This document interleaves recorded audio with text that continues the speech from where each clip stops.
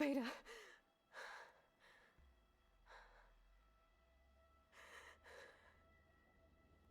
Varl.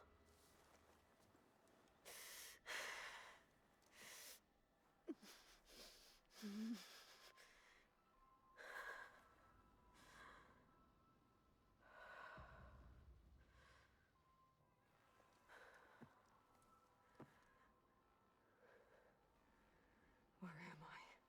Ah, you're awake. You took quite a hit when Gerard attacked you. I imagine you must still be in a great deal of pain. I can assure you that we are safe. The others can't detect us here. You mean the other Zeniths? You must be Tilda. I wasn't sure if Beta would have told you about me. Where is she? Alive. And while she isn't where she wants to be, not in urgent danger. We must discuss how to get her back, of course, after you've shaken off the cobwebs. When you're ready, take the stairs down the hall and come see me. In the meantime, I'll make breakfast. Breakfast. Okay.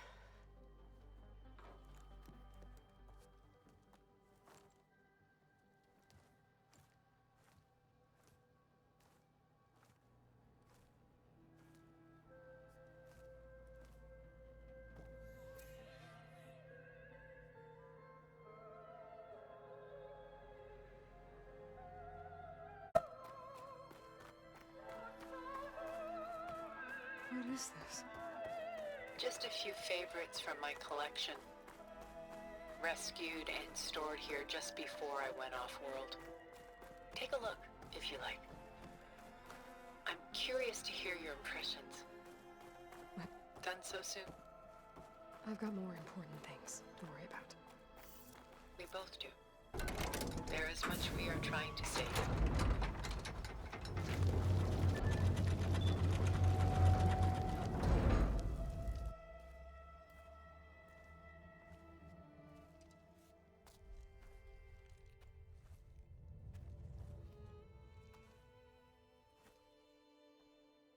There you are.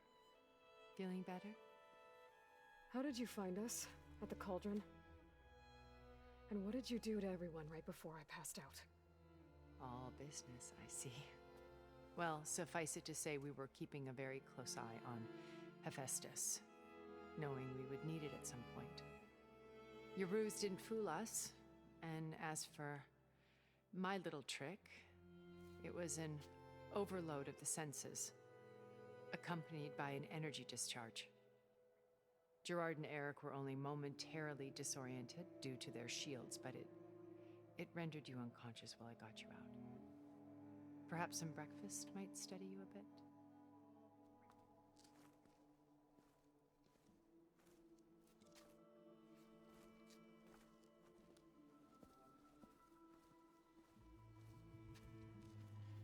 This was your house.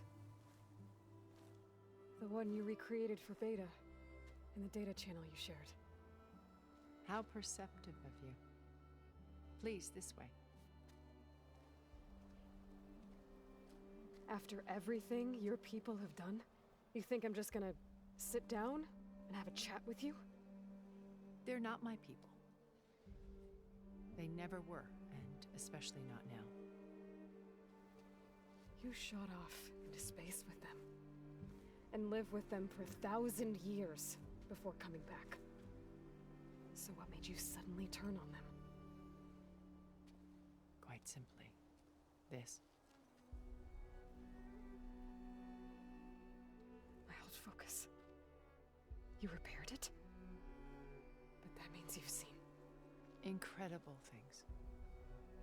What you've accomplished in 2 decades of life.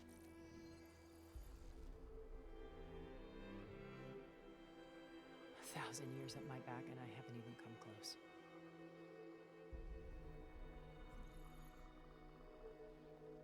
I'm sorry if I invaded your privacy, but I had to. In order to understand. To be enlightened. You truly are Elizabeth's blood. With her drive, her sense of mission, her integrity. Watching all this shamed me for the company that I've kept. Having seen it all, I want is to help you. Even if it means stopping your friends? Especially so. Please, sit down.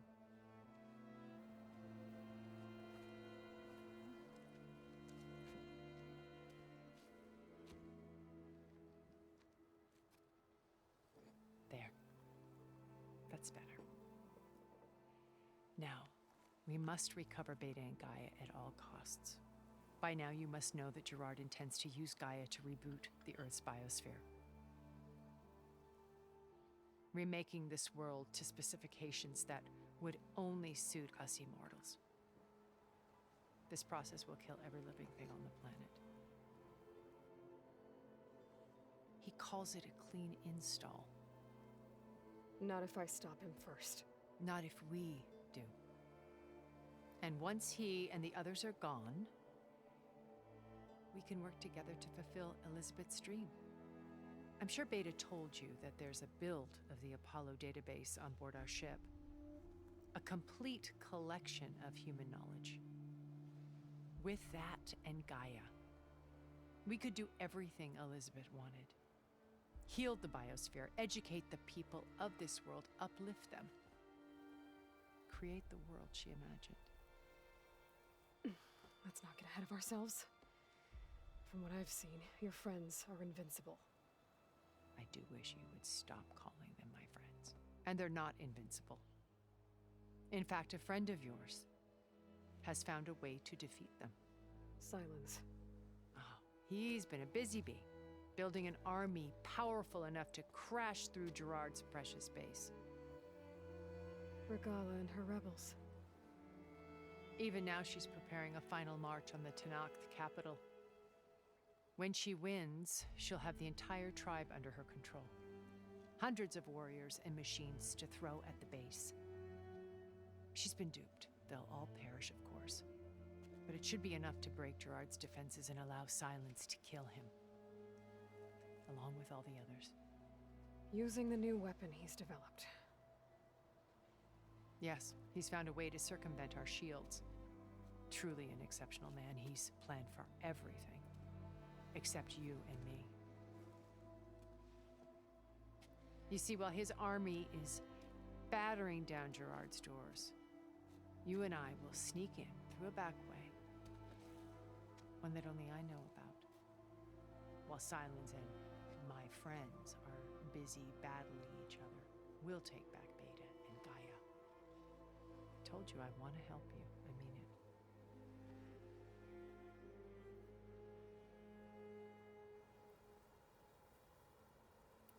You said Beta is not in urgent danger, so what are the Zeniths doing to her? Putting her to work. Merging Hephaestus with Gaia. A difficult, time-consuming task, as I'm sure you know. They will compel her if need be. But her life is not in danger. She's the only one who can do it. Because you people made her to be nothing but a tool. Gerard's idea, not mine. They always viewed me with suspicion when I attempted any form of kindness towards her. That's why I created the data channel. A virtual place where we could speak in peace. So this channel you shared with Beta, none of the other Zeniths ever found out about it. Gerard believes he's the most cunning of all of us.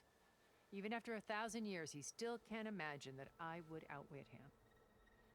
The channel allowed me to interact with Beta away from their mistrustful eyes. It offered us a chance to be ourselves. Until you cut off all contact. Yes, though it pained me. I was worried that our meetings would do her more harm than good. She felt like you tossed her aside. I was afraid the others would find out and punish her. She may not have had the comforts of friendship anymore, but at least I ensured she was safe. I know it seems harsh, but you must believe that her well-being has always been paramount to me. Why did you make the data channel look like this place? I built this house as a shelter to weather any storm. A safe place. Not just for me, but for the art stored below. cultural artifacts of incalculable value. Truly some of the greatest achievements of human civilization. And you wanted Beta to see them? Yes. Her upbringing was so cold and technical. I thought if she could experience Vermeer and Rembrandt, it would bring something else into her life. A heritage every bit as valuable as the scientific and technical data being drummed into her. I'm sorry I had to cut off contact, but I'll never regret sharing this house with her. She needed its shelter even more than I did. My old focus. How did you find it, let alone repair it? When we encountered you at the Hades Proving Lab, Gerard saw you as a redundancy. I knew better. You were a revelation. After your dramatic escape, bravo, by the way. Gerard and Eric assumed you were dead and gave up the hunt. I wasn't so sure. When the others were busy, I returned to the lab and searched for any trace of you. That's when I found this little treasure. Not easy to repair, but certainly worth the effort. As I watched your life unfold, you were like a splash of color on a worn canvas. What Liz was, and more. Did you show it to the others? Of course not. It was your actions that inspired me to defy them. It's worth noting that if I hadn't found it and watched its contents, I wouldn't have known to save you at the cauldron. You'd be dead. So I should be grateful? If you like.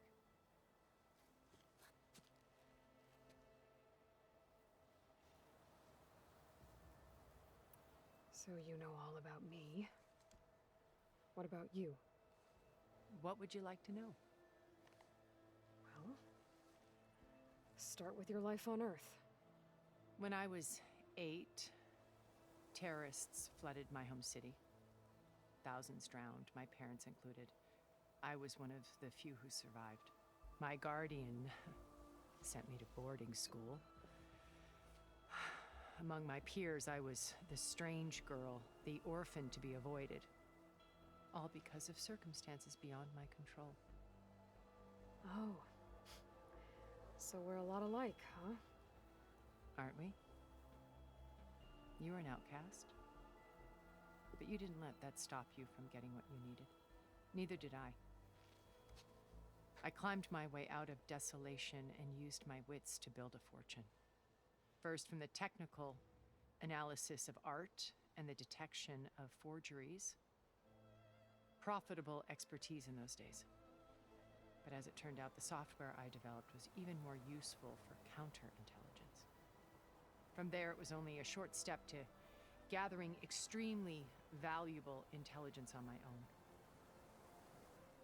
You were a spy? More like a service one could turn to for information. I had to remain anonymous, of course, to protect my privacy. But despite that anonymity, Far Zenith inevitably sought me out.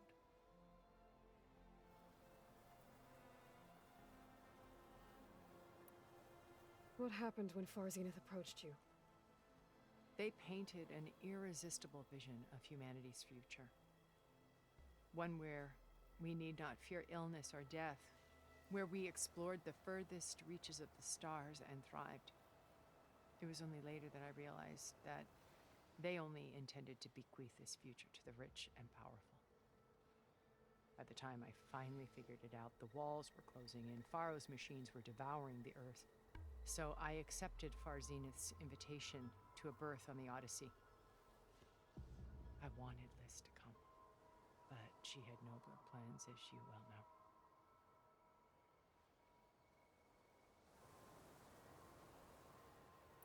So you didn't know the other Zeniths were monsters until it was too late? I knew some of them were, certainly. It wasn't until we were off-planet that I understood the true scope of their greed. I was grateful to simply be alive, but the others became obsessed with a kind of effortless immortality. They built a colony where machines serviced their every need, where any memory or fantasy could be endlessly savored in virtual reality. It wasn't life. It was stultifying, a pampered dream state. As the decades passed, I withdrew more and more, alone yet again, but this time with eons to consider my mistakes. Now finally, having met you, I feel like I have a second chance. To do what? Help you, of course. To fulfill Liz's dream, which isn't so different from Zeniths' original vision. A better future for humanity.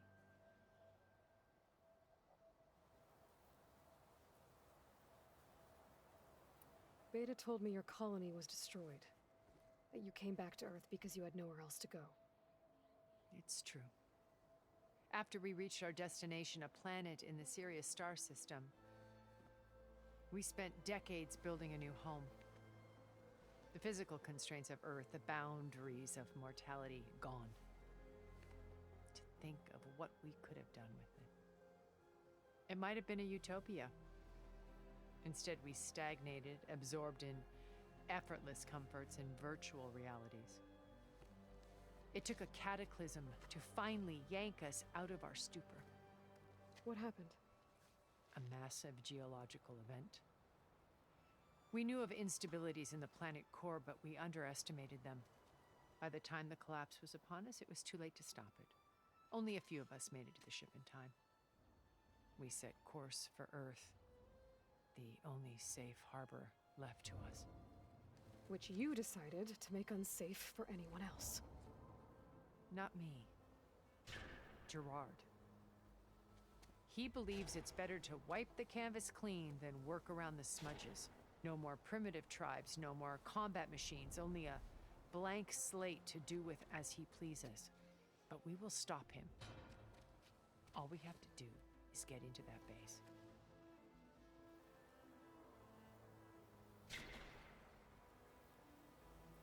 What exactly is your plan to sneak into the Zenith base?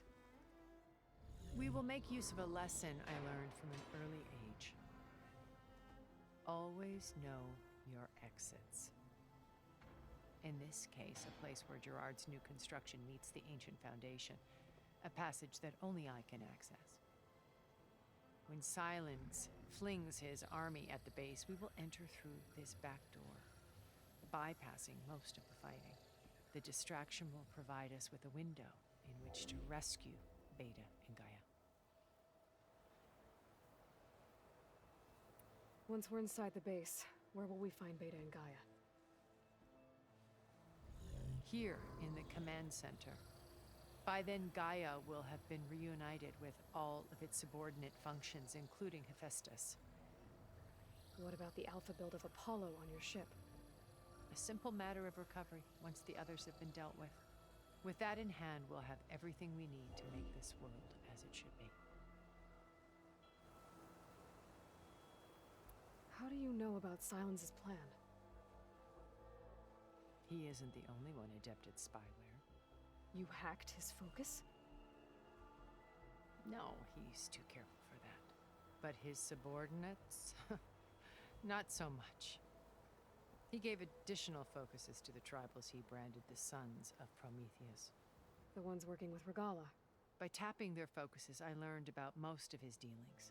The distribution of override technology, the arming of Tanakh rebels, and the secret pact with Regala to attack Gerard's base. But how did he come up with a weapon that can take down your shields? That's the one thing I haven't been able to figure out, but however he did it, I'm quite certain it will work. With it and the Tanakh army, victory seems to be within his grasp. Such a shame he'll be disappointed.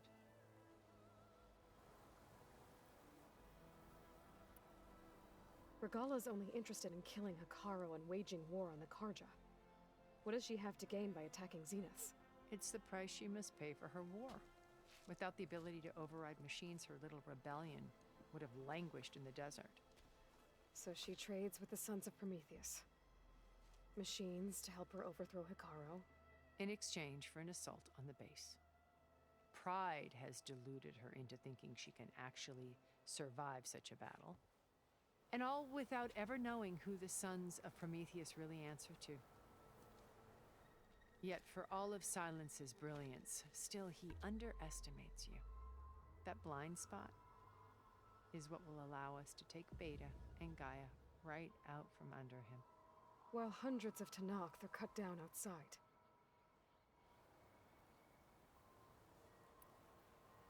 So you knew Elizabeth. What was she like? Liz was everything she was. I see in you. And more. Your ingenuity, your determination, your moral compass. You've managed to distill her greatest qualities and make them your own. I'm not asking about me. Tell me about Elizabeth. What was she really like? The honest answer is that I don't actually know. For all the time that I spent with her, she always kept a part of herself locked away. It was like that from the moment we met.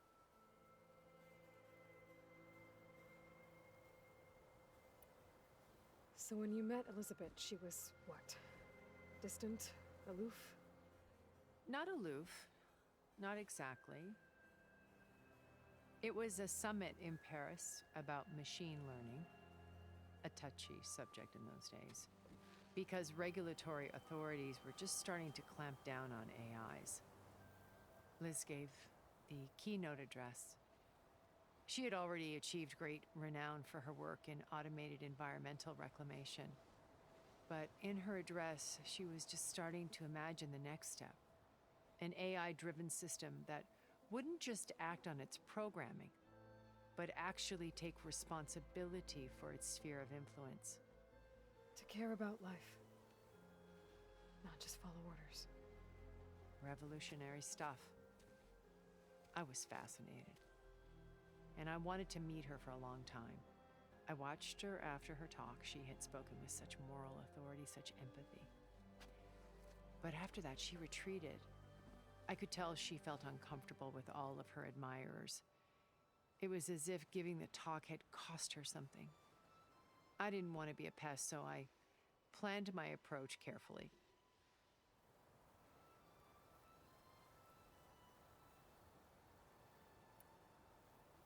So how did you finally approach Elizabeth after her talk? I picked the right moment. The morning of the next day, right as she came back to the conference, she had just had her coffee. She was fresh, rested. It was like she had braced herself for the onslaught of colleagues. I asked if I could walk with her, then put forth a question about her talk that I thought was intelligent. Her answer made me realize it wasn't, but she was very welcoming. Almost as if we were previously acquainted. It was only halfway through the conversation that I realized she knew exactly who I was. It was quite a shock to me.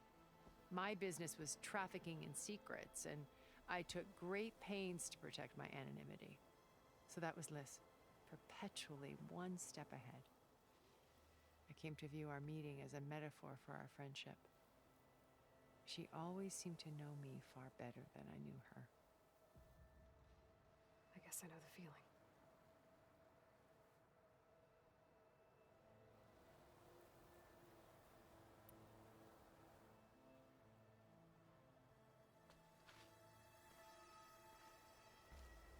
First Varl. Now Hikaru and the Tanakh. Your plan would wipe out an entire tribe. There has to be another way. We are in an admittedly desperate situation, but I assure you there isn't. Remember Zero Dawn. Elizabeth's sacrifice. Sometimes many have to die for a new world to grow. If it looks impossible, look deeper. Wait. The data channel. It still exists, doesn't it? I need you to open it. Let me talk to Beta. Impossible. We might be detected. It's worth the risk. There is another way, one where the Tenakth survive. But we won't. If the others... If you want to help, open it.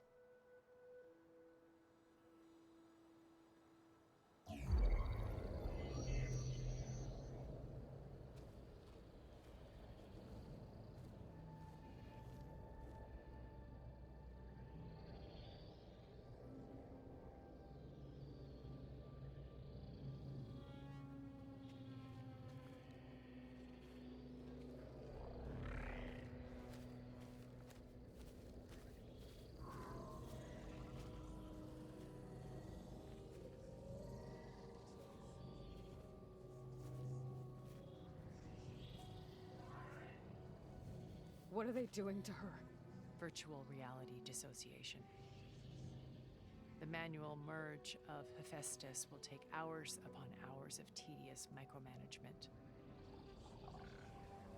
If she resists the work, they run simulations to induce feelings of isolation and despair. Beta, can you hear me? You're alive. They're watching me.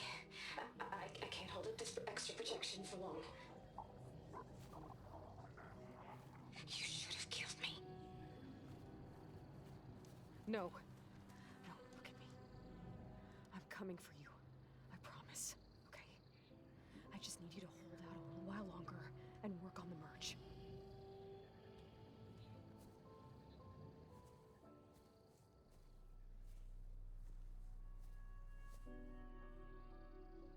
Then I think it can be done. I'll contact again when it's time. Can you hold on? As long as I know you're coming for me, I can endure anything.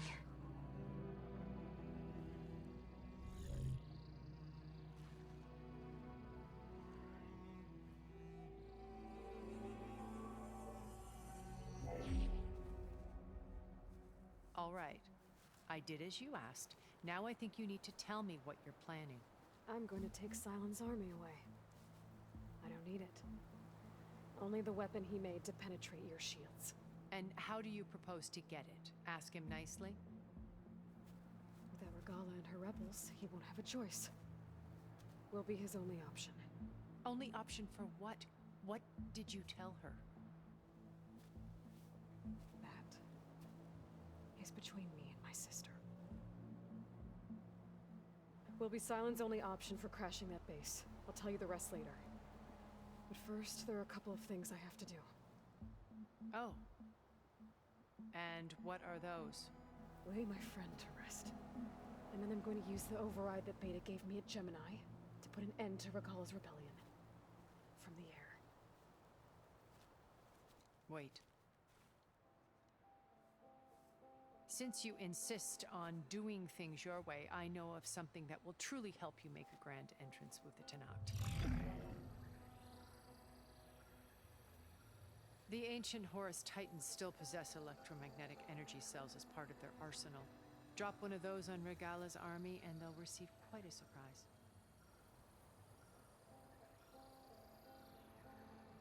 So go, do what you must. I'll come to your base if you manage to bring Sylens to the table. Not if. When.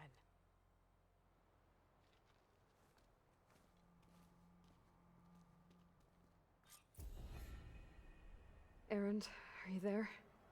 Aloy! Aloy, is that really you? Yeah, it's me. Where's everyone else? We're all... We're back at base. What happened? It might be easier to explain in person. I'll try to join you there when I can. Okay. We'll wait here for you.